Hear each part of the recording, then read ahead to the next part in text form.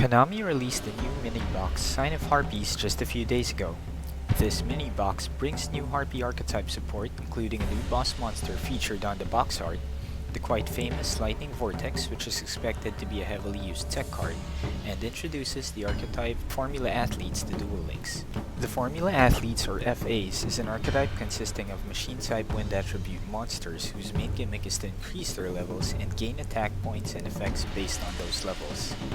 Upon release, there was not much of a fuss outside of Harpy decks popping up on the ladder attempting to pull off OTKs with their new cards. After the Meta Weekly 170 by the Duel Links meta team, however, I think Konami owes us an emergency ban list update. Formula Athlete Hang On Mach is one of the two super rare FA cards included in this new mini-box. This card is a level 4 monster whose effect is when an FA card is activated, it gains a level. It gains 300 attack per level, giving it a base 1200 attack on summon. It is also unaffected by activated monster effects for monsters whose levels are below max current level.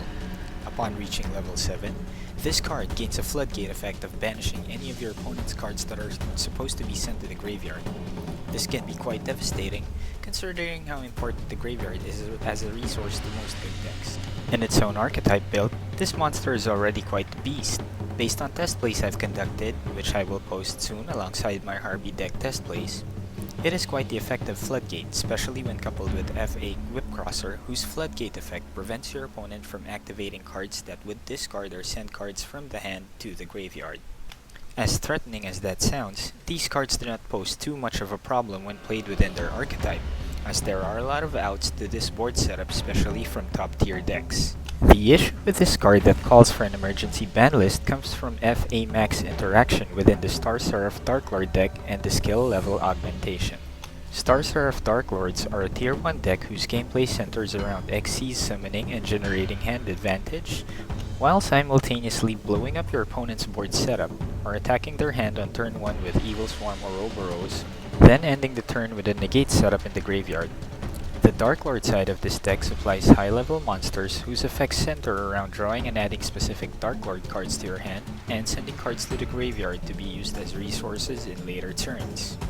The Star Seraph Darklord deck is already quite the powerhouse in its current state, but is taken to another level with the inclusion of FA Mach and the skill level augmentation.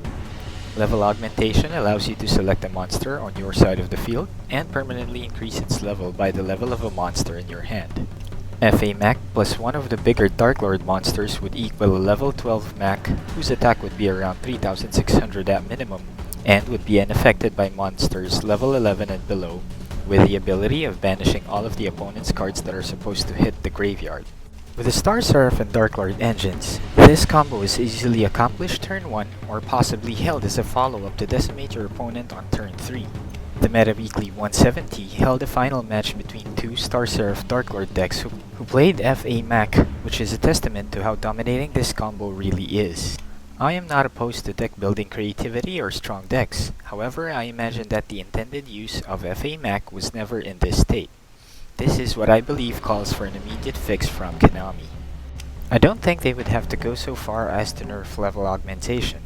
I utilized level aug in an FA only deck, and to be honest the deck would be trash without it, and just enough of a contender on the ladder with it, but never to a broken extent.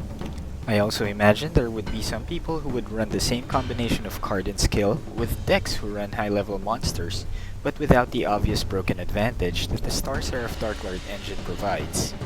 FA Mach and level augmentation together or on their own would not be as problematic outside of the Star Seraph Darklord builds, which is why if there were to be a fix to this, I think placing both Banishment of the Darklords and FA Mach on the limited 3 list would be the simplest, least impactful way of dealing with the problem. There are not many limited to 3 cards that Mach interacts with to make it unplayable, as there are a plethora of tech cards that can be utilized to build a competitive FA deck.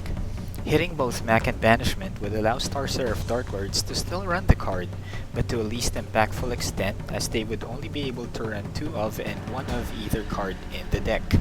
Banishment of the Darklords is currently the only core Darklord card that has not been hit by the ban list, and limiting it to 3 with per deck would not impact the current deck list of Star Seraph Darklords without Mach. We've seen decks run wild before getting hit with the ban list during the Invoker and Shiranui era of the game, primarily because Konami does not want to immediately hit cards that are super rare and above from main and mini boxes as players invest in these cards. In this case, however, I think prevention should be better than a cure to a potential tier 0 deck that will eventually get hit anyway. I would imagine that the backlash from hitting this further down the line would be bigger when people have already put in the cash to build this deck.